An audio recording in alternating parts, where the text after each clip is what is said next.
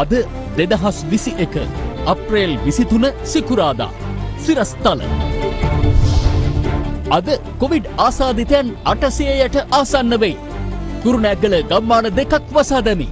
නව කොවිඩ් ප්‍රභේදය බියකරු බව වෛද්‍යවරු කියයි. බරපතල තත්ත්වයට පත්වෙන ප්‍රතිශතය ඉහළ යන තත්ත්වයක් තමයි අපිට කියන්නට පුළුවන්. සති අන්තයේ රට වසා දැමීමේ සූදානමක් නැති බව හමුදාපති කියයි. සෞඛ්‍ය ඇමතිනියගෙන් ජනතාවට ඉල්ලීමක්. මේ දවස් 3 වන්දනාගමන් විනෝද සංචාර සැලසුම් කරලා අත් දෙක එක්කහුව කරලා වැඳලා ඉල්ලනවා. මේවා අපි නවත්තමු. ඉන්දියාවේ කොවිඩ් රෝගීන් මහමග. රෝහල්වල ඔක්සිජන් හිඟයක්. ඉන්දිය ආණ්ඩුවට චෝදනා. කොළඹ වරාය නගර ආර්ථික කොමිෂන් සභා පනත් කෙටුම්පතේ පෙත්සම් විභාගයේ අවසන්. තීරණය ඉදිරි දිනයකදී කතානායකට.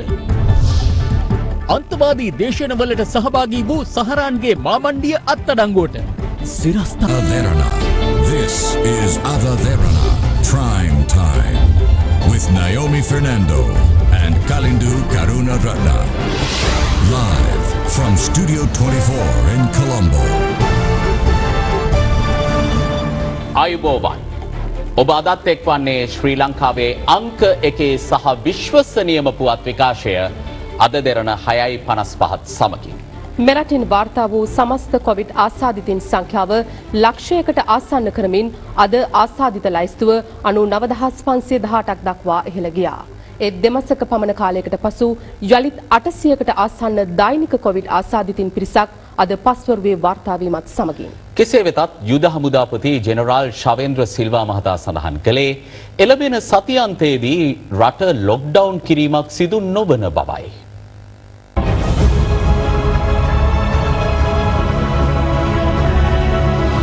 අද පස්වරුව වන විට මෙරටින් කොවිඩ් නව ආසාදිතයන් 796 දෙනෙකු හඳුනාගත් බව යුද හමුදාපති ජෙනරාල් ශවේන්ද්‍ර සිල්වා මහතා සඳහන් කළා. එලෙස දෙමසකට පමණ පසු යලි දෛනික කොවිඩ් ආසාදිතයන් ගණන 700 සීමාව ඉක්මවා ගියේ මෙරට කොවිඩ් අවදානම යලි තීව්‍ර කරමින්.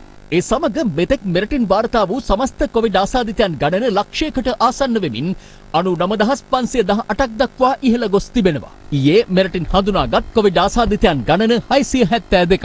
ඉන් වැඩිම ආසාදිතයන් 192 දෙනෙකු කොළඹ දිස්ත්‍රික්කයෙන් හඳුනා ගනුණා. දෙවනුවට වැඩිම ආසාදිතයන් වාර්තා වූයේ ගම්පහ දිස්ත්‍රික්කයෙන්. එම සංඛ්‍යාව 117ක්. කොවිඩ් ව්‍යාප්ති අවදානමක් මතුවී ඇති කුරුණෑගල දිස්ත්‍රික්කයෙන් ඊයේ ආසාදිතයන් 99 දෙනෙකු හඳුනාගත්තා. පුත්තලමින් වාර්තා වූ ආසාදිතයන් ගණන 39ක්. ඊයේ තවත් කොවිඩ් මරණ 5ක් මෙරටින් වාර්තා වීමත් සමග සමස්ත කොවිඩ් මරණ සංඛ්‍යාව ඉහළ ගියේ 634ක් ලෙසින්.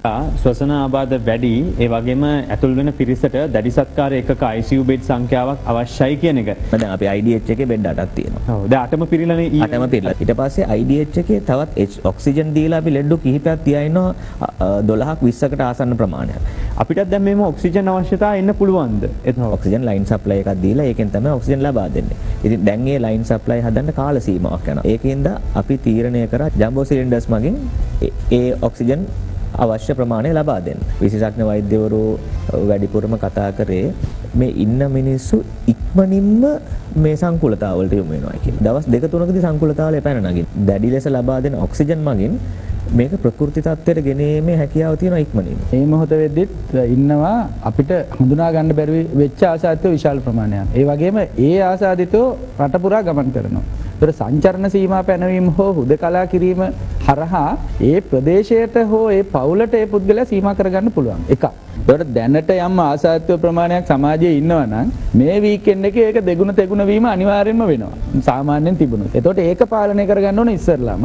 වයඹ පළාතේ උද්ගත වෙති තත්ත්වයේ හමුවේ අද උදෑසන 7 සිට ක්‍රියාත්මක වන පරිදි කුරුණෑගල දිස්ත්‍රික්කයේ කුඹුග්ගටේ පොලිස් වසමේ නිරාවිය ග්‍රාම නිලධාරී වසම හා වැල්ලව පොලිස් වසමේ නිකදලු පොත ග්‍රාම නිලධාරී වසම හුදකලා කෙරුණා.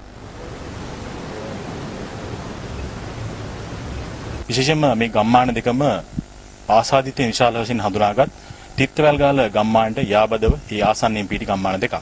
මෙම ගම්මාන දෙකට පිටවන සහ ඇතුළු වන ප්‍රවේශ මාර්ග සියල්ල මුරකාවල් යොදා අවහිර කර ඇති ආකාරය අපට දැකගත හැකි වුණා. අපට දැන් රෝගීන් අදට වාර්තා වෙලා තියෙනවා 183ක්. එතකොට මේ තිත්තවැයකාල බල ප්‍රදේශයේ විතරක් රෝගීන් ඉන්නවා 152ක්. PCR කරන්න අපි කොහොමත් නිරෝධායනය කරලා තියෙනවා මේ පළවෙනි ආශ්‍රිතය වගේ මේ පල්ලියේ හැසිරෙන නිසා සියලුම දෙනා පළවෙනි ආශ්‍රිතයන් බවට පත් වෙලා තියෙනවා. පෞල් සංඛ්‍යාව ගත්තොත් අපි 459ක් නිරෝධායනය කරලා තියෙනවා. ඒක පුජ්‍යල සංඛ්‍යාව ගත්තොත් 1359ක්. එමෙන්ම ඊයේ මධ්‍යම රාත්‍රියේ සිට හුදකලා කෙරුණු කුලියාපිටිය පොලිස් වසමේ අද උදෑසන පැවති තත්ත්වයයි මේ.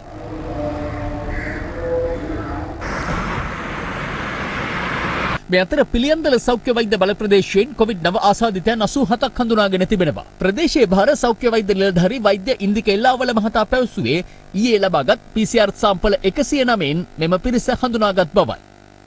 ඊයේ දිනේදී අප විසින් හඳුනාගෙන නිරෝධායනයට ලක් කර තිබූ පුද්ගලයන් අතරින් කරන ලද PCR පරීක්ෂණ වලින් තමයි මෙම ප්‍රතිඵල තහවුරු වෙලා තියෙන්නේ. ත්‍රිකුණාමලයේ චීනවරාය ද්‍රවිඩ මහාවිද්‍යාලයේ දින නියමයක් නොමැතිව වසා දැමීමට එහි පාලන අධිකාරිය අද තීරණය කළා. එම පාසලේ ගුරුවරියකට කොවිඩ් ආසාදනය වීම හේතුවෙන් එම ගුරුවරිය මීට දෙදිනකට පෙර PCR පරීක්ෂණයකට මුහුණ දී ඇති අතර එසේ තිබියදීත් ඊයේ පාසලට පැමිණ තිබීම පාසල වසා දැමීමට හේතුවයි. එමෙන්ම ත්‍රිකුණාමලයේ අභයපුර විද්‍යාලයෙන්ද කොවිඩ් ආසාදිතයෙකු හමු වීමත් සමග එම පාසලද తాවකාලිකව වසා දැමුණා. මේ අතර සිය සෞඛ්‍ය සේවා කලාපය තුළ පිහිටි ඇතම් ආයතන සෞඛ්‍ය ආරක්ෂිත ක්‍රමවේද නොපිළිපදින බවට ත්‍රිකුණාමලයේ ප්‍රාදේශීය සෞඛ්‍ය සේවා අධ්‍යක්ෂවරයා අද චෝදනාවක් කළා. ත්‍රිකුණාමලයේ තිබෙන සමහර ෆැක්ටරිස් වල සෞඛ්‍ය ආරක්ෂිත ක්‍රමවේද අනුගමනය කිරීම ඉතාමත්ම දුර්වල මට්ටමක තියෙන බව. ඒ නිසා මුකෝලි ප්‍රදේශයේ ඊයේ දවස කාලය තුළම රෝගීන් 17 දෙනෙකු පමණ වාර්තා වෙලා තියෙනවා. අපිට මූලික වශයෙන් දිනයක් දෙකක් හෝ සමහර ආයතනයේ වහලා දාන්න සිද්ධ වෙනවා. හලාවත කොස්වත්ත පොලිස් ස්ථානයේ අද උදෑසන తాවකාලිකව වසා දැමුනේ එහි පොලිස් පරීක්ෂකවරයෙකුට වෛරසය ආසාදනය වීම හේතුවෙන්. එහි රාජකාරී ප්‍රදේශයේ පිහිටි විහාරස්ථානයකදී සිදු කිරීමට පියවරගෙන තිබෙනවා. දිවුලපිටිය කොටදෙනියාව පොල්හේනගෙදර පාර ප්‍රදේශයට සංචරණ සීමා පැනවීමට සෞඛ්‍ය අංශ අද කටයුතු කළා. එම ප්‍රදේශයෙන් කොවිඩ් ව්‍යාප්ති අවදානමක් හඳුනා ගැනීමත් සමගින් දැනට දිවුලපිටිය මේ අවස්ථාවේ වෙන රෝගීන් 108ක් විතර වාර්තා වෙනවා. අපහුගිය දින 3 වාර්තා වෙච්ච රෝගීන් තමයි 108. මේ 108න් රෝගීන් දැනට 60ක් විතර අපි රෝහල්ගත කරලා තියෙනවා. ඊටු ප්‍රමාණය දැන් රෝහල්ගත කරමින් ඉන්නවා.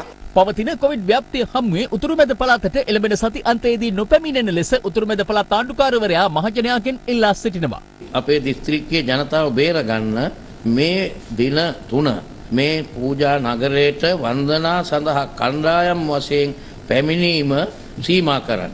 අපිට එසේ නොමැති වුණොත් අපි අද ඉඳලා අපේ වෛද්‍ය නිලධාරිතුමන්ලත් ආරක්ෂක අංශ හමුදාවත් ඒ වගේම පොලිසියත් එකතු වෙලා හදිසි PCR පරීක්ෂණ වලට අපි මේන මාර්ගවල යොමු කරනවා. ඒ නිසා අනුරාධපුර සහ පොළොන්නරුව වන්දනාමාන කිරීමට නොපැමිණෙන එක වඩාත් හොඳයි. සෞඛ්‍ය අංශවල හා ආරක්ෂක අංශවල අනතුරු ඇඟවීම මත මේ දින 3 විශේෂයෙන් පොය දවසත් ඇතුළත්ව අනුරාධපුරයට පැමිණීමෙන් වළකින හැටියට අපි සිහිපත් කරනවා. පවතින කොවිඩ් ව්‍යාප්තිය හමුවේ කළුතර දිස්ත්‍රික්කයේ ඇතැම් ප්‍රදේශවල සෞඛ්‍ය උපදෙස් නොපිළිපදින ජනතාව දැනුවත් කිරීමට සෞඛ්‍ය අංශ පියවරගෙන තිබෙනවා. ඒ අනුව සෞඛ්‍ය අංශ කළුතර වෙට්ටුවකඩ හා හිල්වීදිය ප්‍රදේශවාසීන් දැනුවත් කළේ මෙලෙසින්.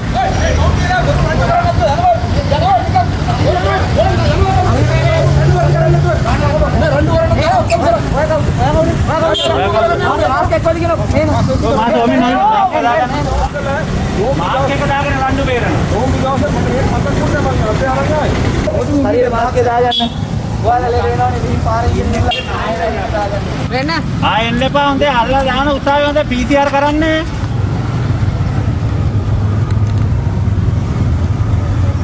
එමෙන්ම ඉස්ලාම් දේවස්ථානවල පූජකයින්ද මෙහිදී සෞඛ්‍ය අංශ විසින් දැනුවත් කෙරුණා.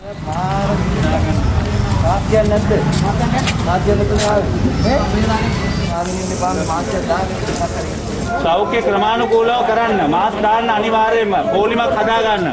පොලිමේ දුර තියන්න. දැන් අර සිංහල අවුරුදු කැට ගහපු කට්ටිය හදාගෙන. ක්‍රිකට් මැච් ගහපු කට්ටිය හදාගෙන. ඊළඟට වෙන්නේ ඕගොල්ලෝ කැඳ බෙදන්න ගිහිල්ලා තව කට්ටියක් හදා ගන්නවා මෙහෙ. මේ අතර හෙට සිට සති දෙකක කාලයක් සඳහා දිවයිනේ සියලුම බන්ධනාගාරවලට අමුත්තන් පැමිණීම අත්හිට වූ බව බන්ධනාගාර මාධ්‍ය ප්‍රකාශක බන්ධනාගාර කොමසාරිස් චන්දන ඒකනායක මහතා පවසනවා. කෙසේ වෙතත් කොවිඩ් ව්‍යාප්තිය වළක්වා ගැනීම සම්බන්ධයෙන් ඉදිරි තීරණ දැනුම් දීම සඳහා අද පැවති මාධ්‍ය හමුවේදී යුද හමුදාපති ජෙනරාල් ශවේන්ද්‍ර සිල්වා මහතා පැවසුවේ එළඹෙන සති අන්තයේදී රට ලොක්ඩවුන් කිරීමක් සිදු නොවන බවයි.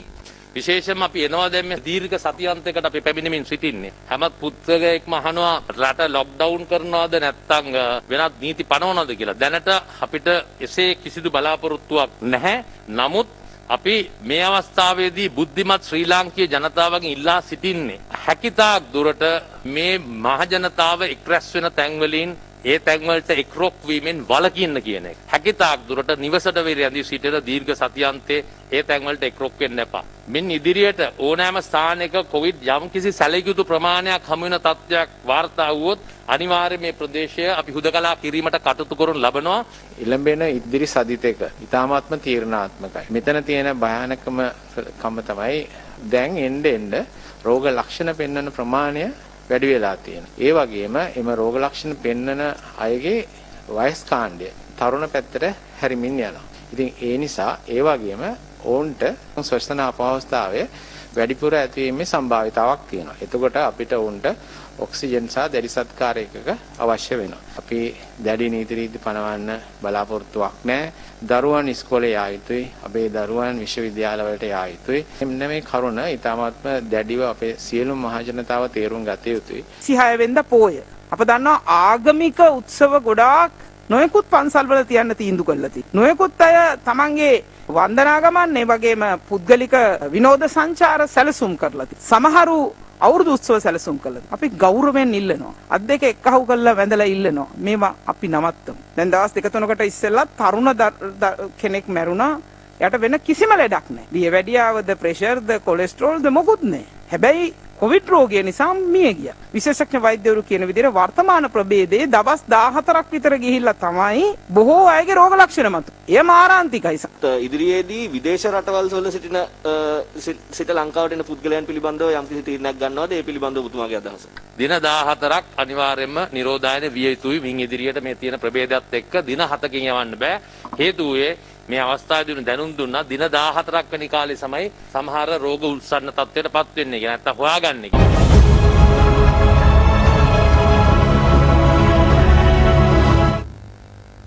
ශ්‍රී ලංකාව තුළ මේ දිනවල ව්‍යාප්ත වෙමින් පවතින කොවිඩ් ප්‍රභේදය ආසාදනය වූ පුද්ගලයන් පළමු දින කිහිපය තුළම ශ්වසන අපහසුතාවලට ලක්වීමේ ප්‍රවණතාවක් දක්නට ලැබෙන බව විශේෂඥ වෛද්‍යවරු පෙන්වා දෙනවා. මේ වන විටත් එම වෛරස ප්‍රභේදය කොළඹ නගරයේ ස්ථාන රැසකින්ම හඳුනාගෙන ඇති බවයි කොළඹ මහනගර සභාවේ ප්‍රධාන සෞඛ්‍ය වෛද්‍ය නිලධාරී වෛද්‍ය රුවන් විජයමුනි මහතා පවසන්නේ. චීනයේ වුහාන් නගරයෙන් ව්‍යාප්ත වූ SARS-CoV-2 වෛරසය නිසා පළමු කොවිඩ් රැල්ලේදී ඇමරිකාව සහ යුරෝපයේ රටවල් රැසක් අඩපණ වුණා. මෙම වෛරසය අවස්ථා කිහිපයකදී විකෘතියට ලක්වීම හේතුවෙන් ජීවිත දහස් ගණනක් බිලිගනු ලැබුවා. ඒ අතුරින් එක්සත් රාජධානියෙන් හඳුනාගත් B.1.1.7 ප්‍රභේදයත් දකුණු අප්‍රිකාවෙන් B.1351 නම් ප්‍රභේදයත් බ්‍රසීලයෙන් හඳුනාගනු P.1 නම් ප්‍රභේද පළමු රැල්ල විසින් අඩපණ කළ නොහැකි වූ රටවල් රැසක් දෙවන රැල්ල විසින් අඩපණ කරනු ලැබුවා. මේ අතර පසුගිය වසරේ ඔක්තෝබර් මාසදී ඉන්දියාවෙන් සොයාගනු ලැබූ B.1.617 ප්‍රභේදය ද්විත්ව විකෘතියකට ලක් වූ ප්‍රභේදයක් වන අතර එම වෛරස ප්‍රභේදයට සමස්ත ඉන්දියාවම අඩපණ කිරීමට මේ වන විට හැකි වී තිබෙනවා. ශ්‍රී ලංකාව පුරා පළමු රැල්ලේදී හඳුනාගත් B.142 ප්‍රභේදයට වඩා මිනුවන්ගොඩින් ආරම්භ වූ දෙවන රැල්ලේදී හඳුනාගත් ප්‍රභේදය ඩෙන්මාර්කයේ සහ ස්වීඩනයේ පැතිර ගිය ප්‍රභේදයට සමාන වුණා. කෙසේ වෙතත් අද වන විට පළමු රැල්ලටත් දෙවන රැල්ලටත් වඩා බියකරු බවක් ගෙන එමින් නව ප්‍රභේදයක් මෙරට පුරා පැතිරෙමින් පවතින අතර එය විද්‍යාඥයින් අනුමාන කරන්නේ බ්‍රිතාන්‍යයේ පැතිර යන කොවිඩ් ප්‍රභේදයට සමානත්වයක් දක්වන බවයි. අතරම කොළඹ ප්‍රදේශයේ බැංකුව ආශ්‍රිතව PCR සාම්පල පරීක්ෂණ සිදු කරේ අපගේ විද්‍යාගාරයේ. මේක බොහෝ දුරට ඉංගලන්ත ප්‍රභේදයට සමානකමක් ඇති කියලා තමයි අපි හිතන්නේ. කෙසේ වෙතත් මේ දිනවල මෙරට පැතිර යන කොවිඩ් වෛරස ප්‍රභේදයේ හේතුවෙන් රෝගීන් විශාල පිරිසකට ශ්වසන ආබාධ ඇති අතර ඔවුන්ටද ඔක්සිජන් සැපයීමට සිදුව තිබෙනවා. මේ නව ප්‍රභේදය නිසා පැතිරීගෙන යාම ඉතාමත්ම දරුණු විදියට සිදු වෙනවා. වෙනදට එක්කෙනෙක් දෙන්නෙකුට විතරක් රෝගය බෝ කරනවා නම් මේ අවස්ථාවේ එක්කෙනෙක්ගෙන් 5-6 දෙනෙකුට මෙම වෛරසය බෝ වෙනවා. හැදුනහම 90% විතර රෝග ලක්ෂණ පෙන්වුම් කරන්නේ නැහැ. තරුණ අයටත් ටිකක් දරුණු රෝග ලක්ෂණ මතුවෙනවා. මේ අතර මේ දිනවල පැතිර යන වෛරස් ප්‍රභේදයේ ආසාදනය වූ පුද්ගලයින්ගේ රෝග ලක්ෂණවලද වෙනසක් සිදුව තිබෙනවා. නමුත් දැන් එන අයගෙන් වැඩි දෙනෙක් රෝග ලක්ෂණ සහිත අය තමයි එන්නේ. මේ රෝගීන් අතරින් බරපතල තත්ත්වයට පත් වෙන ප්‍රතිශතය කලින් තිබුණාට වඩා ඉහළ යන තත්ත්වයක් තමයි අපිට දැනට රෝහලට එන රෝගීන් දිහා බැලුවහම අපිට කියන්නට පුළුවන් වෙන්නේ. මෙන්න මේ S drop වෛරස් එක අපි මුලින්ම දකින්නේ නොවැම්බර් මාසේ එක්කෙනෙක්ගෙන් වැළලවත්තේ. ඊට පස්සේ දෙසැම්බර් මාසේ තව එක්කෙනෙක්ව අපි දකිනවා. නමුත් ඒකට අපි ඊයේ දිනේ 73 එක තනිකරම හම්බුලෙස කරන ලද. ඒකට එතනදී අපි ඊයේ දිනේ කරන ලද 73න් 8 පොසිටිව් බවට පත් වෙනවා. ඒතකොට මේ 8 දෙනාම මෙන්න මේ S drop එක කියන ඒ වෛරස් කාණ්ඩයට අයත් අය. ඉන් සමහර අය හුස්ම ගැනීමේ අපහසුතාවයන් එක්ක සමහර අයට ගුරේ අමාරුව නැතුවත් ඉබේම නියුමෝනියා තත්ත්වයට භාජනය වෙනවා. සෑම උණ තියෙන එක්කෙනෙක්ම සෑම කැස්ස සහ හදිසියේ ඇතිවන හුස්ම ගැනීමේ අපහසුතා තියෙන අය හැකි විගස ඒ වෛද්‍ය අවධානය කරා යොමු වීම රෝහල් කරා ළඟා වීම ඉතාමත්ම වැදගත් වෙනවා.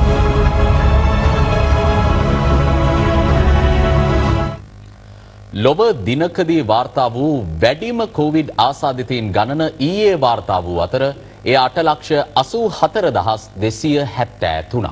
ඉන් වැඩිම ආසාදිතින් හඳුනා ගැනුනේ කොවිඩ් හේතුවෙන් දැඩි බලපෑමකට ලක්ව ඇති ඉන්දියාවෙන්. ගෙවුණු පැය 24 තුලදී වැඩිම දෛනික ආසාදිතයින් ගණන ඉන්දියාවෙන් වාර්තා වූ අතර එම සංඛ්‍යාව 3,32,503ක්. එය ගෝලීය වසංගතය ආරම්භ වීමෙන් පසුව එක් රටකින් දිනකදී හඳුනාගත් වැඩිම ආසාදිතයින් ගණන වනවා. අසීමිත ඉල්ලුම මත ඉන්දියාවේ වඩාත් දියුණුතම සෞඛ්‍ය පද්ධතියක් සහිත දිල්ලියේ ප්‍රධාන රෝහල් 6ක ඔක්සිජන් සංචිත සම්පූර්ණයෙන්ම අවසන් වී තිබෙනවා. අගනුවර සෙසු රෝහල් සියල්ලේම බරපතල ඔක්සිජන් හිඟයක් පවතින්නේ ඒවායේ දැඩි සත්කාර ඒකක සියල්ල 99%ක්ම පිරී ගොස් ඇති පසුබිමකයි. මේ තම සේවව සැපයීමට නොහැකිව කනස්සල්ලෙන් පසු වූ දිල්ලි වෛද්‍යවරයෙක්. වෛද්‍යවරුන් විදියට අපි රෝහල්වල රාජකාරි කරන්නේ මිනිස්සුන්ට ජීවිතය දෙන්නයි. අපිට අඩුම තරමේ ඔවුන්ට ඔක්සිජන් දෙන්නවත් බැරි නම් රෝගීන් මිය යාවි. රෝහල් වල ඉඩ පහසුකම් නොමැතිවීමෙන් රෝගීන් රෝහල ඉදිරිපිට මාර්ගයේ වැතිරී සිටි ආකාරයයි මේ.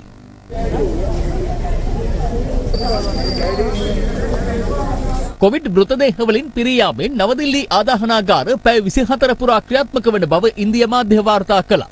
ඉන්දියාවේ කොවිඩ් හේතුවෙන් මියගිය කුඩා දරුවන් සිහි කරමින් ආදාහනාගාර සේවකයෙකු හඬා වැටෙන ආකාරයයි මේ.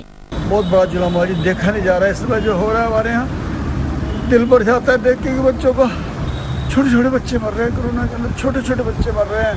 සෞඛ්‍යංශ පෙන්වා දෙන්නේ පසුගියදා මිලියන සංඛ්‍යාත බැතිමතුන්ගේ සහභාගීත්වයෙන් පැවති ආගමික උත්සව හා දේශපාලන රැලි කොවිඩ් ව්‍යාප්තියට වැඩි දායකත්වයක් සැපයූ බවයි. අගමැති නරේන්ද්‍ර මෝදී පසුගිය සමයේ බටහිර බෙන්ගාලයේ පැවැත්වූ දැවැන්ත ජනරැලියද ඒ අතර වනවා. කොවිඩ් වැළඳී මියගිය තම මවගේ චිතකය දල්වමින් ඇයට අවසන් ගෞරවය දැක්වූ පුතෙකුගේ සංවේදාත්මක ප්‍රකාශයයි මේ. We were not prepared as a country, we were not prepared, and it's really sad to see my mother go away because she was just 59.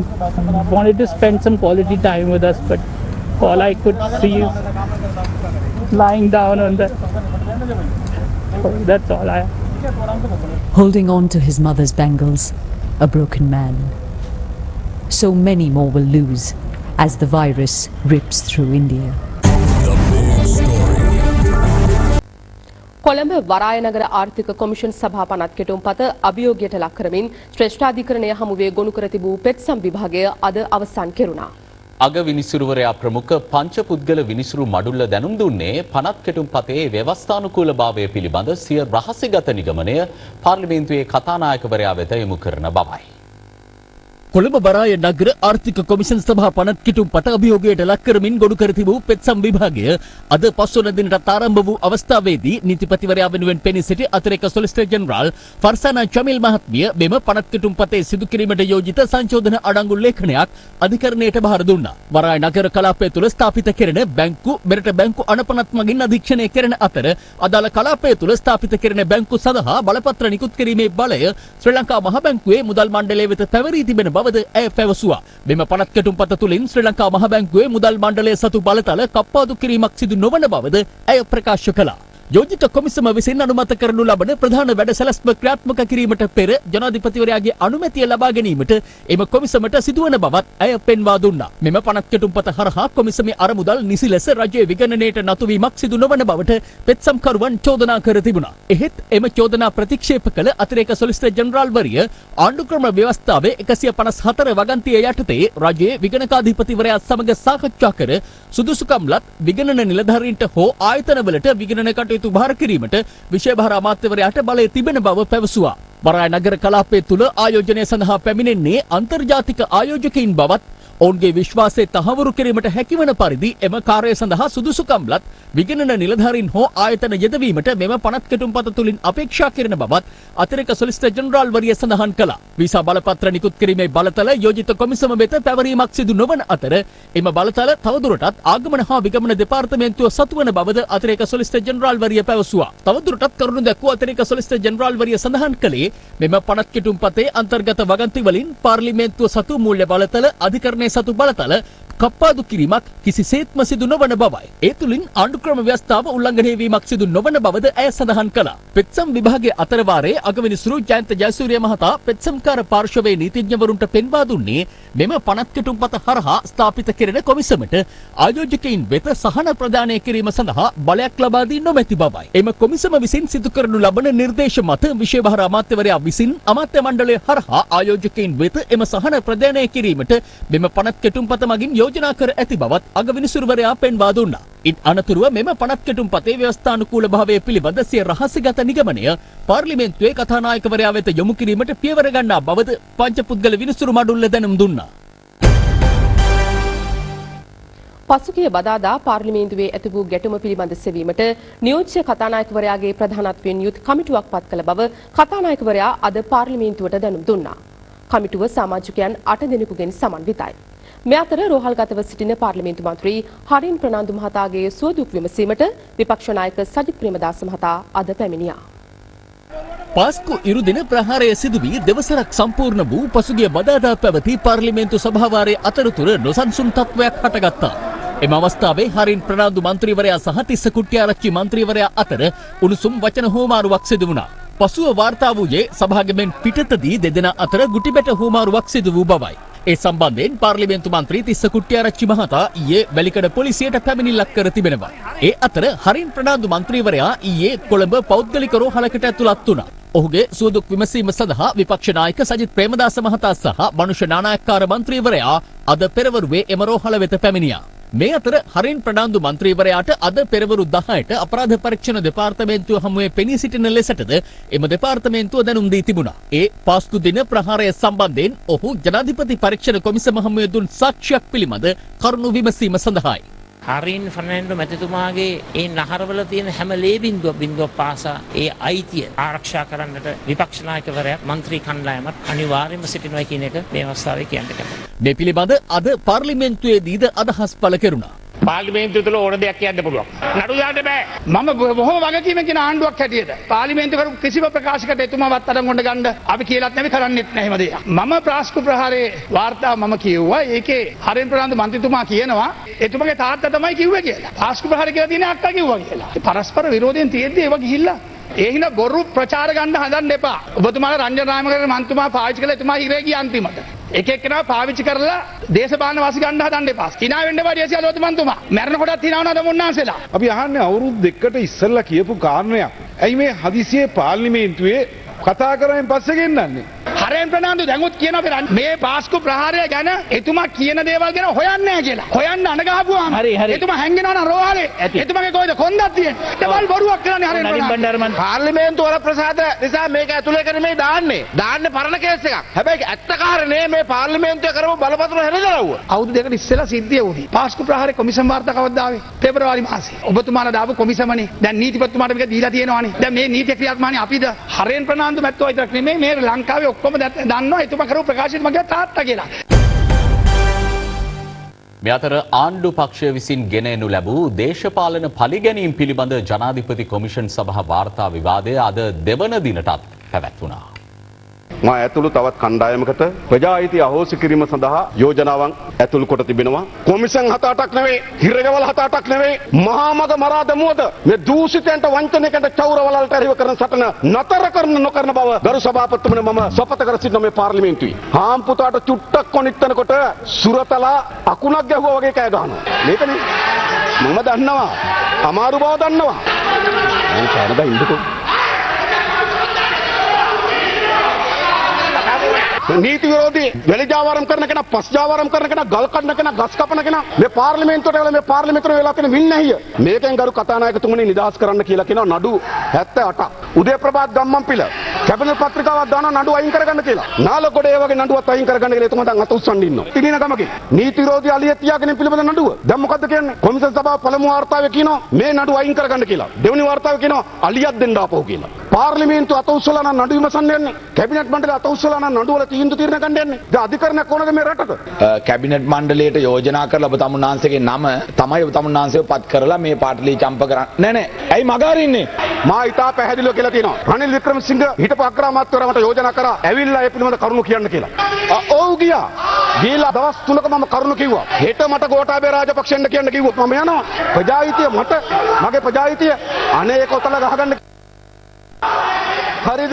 මට විරුද්ධ විමර්ශන 9කට වඩා පටන් ගත්තා. ඒ විමර්ශන කිසිම දෙයක් හොයාගන්න බැරි වෙච්ච නිසා ඒවා ඉදිරියට ගෙනියන්න බැරි වුණා. කම්බස් 7ක් ආණ්ඩුවේ සල්ලි හොරගම් කරලා නැති නිසා අදටත් කිසිම නඩුවක් නැහැ පුද්ගලික හොරකමක් කරා කියලා. එකම එක නඩුවක් දාලා තියෙනවා තාක්ෂණික කරුණ මත. අනුග්‍රහකත්වයක් දුන්න එකක් ගැන. අනුග්‍රහකත්වයක් දුන්නේ කොටස් නිලපොළ කරේ තරුණ තරුණියන් දැනුවත් කරන්න. 11200ක් තරුණ තරුණියෝ මේ හරහා දැනුවත් වුණා කියලා රජයේ සාක්ෂිකාරයෝ විලා උසාවියේ ඉදිරියේ පිළිගත්තා. මේ දූෂිත ක්‍රියාවලිය දා අනුමත කරපු කිසිවෙකුට රෙදි ඇඳගෙන අපි ඉස්සරහ ඉන්න පුළුවන් කියලා අපි අහනවා. දේශපාලන පලිගැනීම ප්‍රධාන වශයෙන්ම ලක්වෙච්ච පුද්ගලයා හැටියට මම හිතන්නේ කවුරුත් දන්නවා. මම සරත් පොන්සේක මහත්තයා දැන් මෙතන ඉන්නවා. මෙතුමා 2010 ජනාධිපතිවරන්ට ඇහිලා රත්නපුරේ ප්‍රධාන වේදිකාවේ කිව්වා ජම්පර් ඇඳගෙන වැලිකඩට යන්න පැදුරු කොට ලෑස්ති කරගන්න කිව්වා. චොකාමල්ලි කියන පුද්ගලයා මේ ඔක්කොටම පහර දෙනවා, හිරිහැර කරනවා කියලා මට වාර්තා වුණා. ඒව නැවතුනේ නැත්නම් අපි ඒගොල්ලන්ට දඬුවම් කරනවා කියලා. ඒකයි මම කිව්වේ. චොකලට් කන හින්දා චොකාමල්ලි කියලා පොඩි කාලේ ඉඳන් මට නම තිබ්බේ. ඒවත් අපි කවදාවත් දේශපාලන ඡන්දි වෙලා නැහැ.